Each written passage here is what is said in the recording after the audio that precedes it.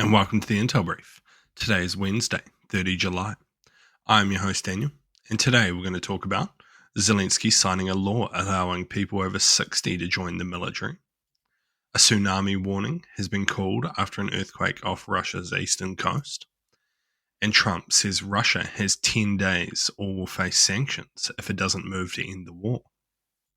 So firstly, Ukrainian President Zelenskyy signed a bill on Tuesday allowing citizens over 60 to voluntarily join the military while the country is under martial law.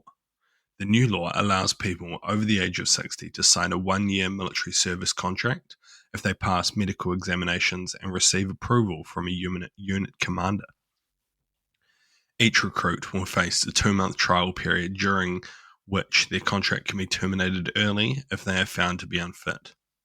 While the law sets no maximum age for service, all contracts will automatically end when the martial law concludes. This measure expands Ukraine's recruitment pool by enabling older volunteers to serve in non-combat roles and specialized roles in Ukraine's ongoing manpower shortages. So what? I think this highlights the dire state of Ukrainian military recruitment, to be honest. It's a pretty sad state of affairs, as without soldiers you can't push forward in offensive capacities, and that's kind of what Ukraine needs to retake their country. Not a great sign. However, I do think this is a reasonably good move. Allowing people like elderly people, there's some pretty fit 60-year-olds. Some of them are probably willing to pull non-combat roles or even defensive roles in other locations. So you could use some of these people to support units that aren't necessarily in full-time conflict, such as like the border with Belarus and other locations of less intense conflict. So there's definitely some utility here, and hopefully this can alleviate some of their issues. However, I don't think it is going to alleviate all of them, and it kind of just speaks to the sad state of affairs that they're in when it comes to recruitment, which is unsurprising. They're up against a disgustingly big army, so it's always going to be a challenge. And next, a powerful earthquake has struck off the coast of Kamchatka in Russia's far east on Wednesday morning, triggering a tsunami warning for Japan and the US islands of Hawaii. The United States Geological Survey Station said that a magnitude 8.8 tremor struck at shallow depth, 19.3 kilometers. Oh, that was the depth. Japan's meteorological agency issued a tsunami warning straight away, with waves of up to 3 meters possible in areas along Japan's east and northern coasts. A tsunami advisory has been issued on July.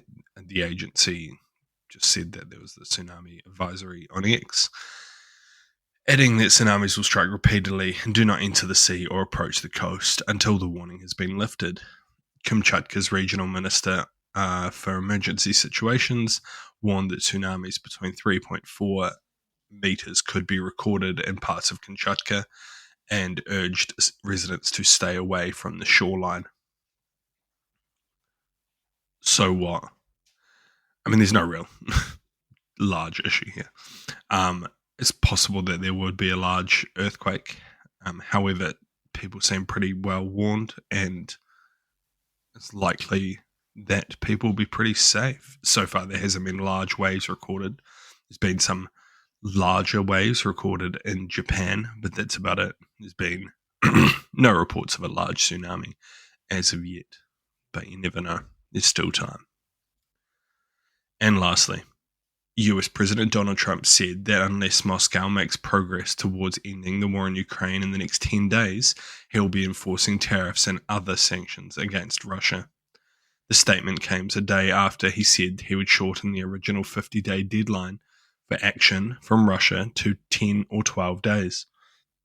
This came after he said he had not received any response from Moscow. Earlier on Tuesday, the Kremlin said they had taken note of the new deadline. Trump also said that he was not worried about the potential impact of Russian sanctions on the oil market or prices, saying that the US would boost their domestic oil production to offset any impact. So what? I don't think Russia is going to take any action until Trump actually does something here.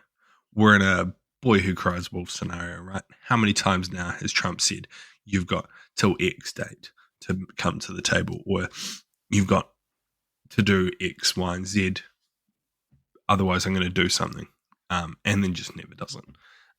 It's kind of it's an old story now. So yeah, I don't think there's much chance that Russia will change anything until Trump actually makes an action. The only thing they might do is agree to hold talks with Ukraine in Istanbul again, but nothing's going to come from it. They're just going to continue to try and delay Trump for as long as possible until he actually takes some serious action against them. And even then, they've spent all this time getting ready for the possibility of like second order sanctions on people buying Russian oil. So they're prepared for this. Like, they've had so long to get ready. It's pretty crazy. But yeah, it'll be interesting to see what happens at the end of these 10 days, whether Trump actually takes action or whether Russia can just continue to delay them and make Trump look like a bit of a fool. But yeah, this is my opinion. Thank you for listening to the Intel Brief. I've been your host, Daniel, and I'll see you again tomorrow. See you.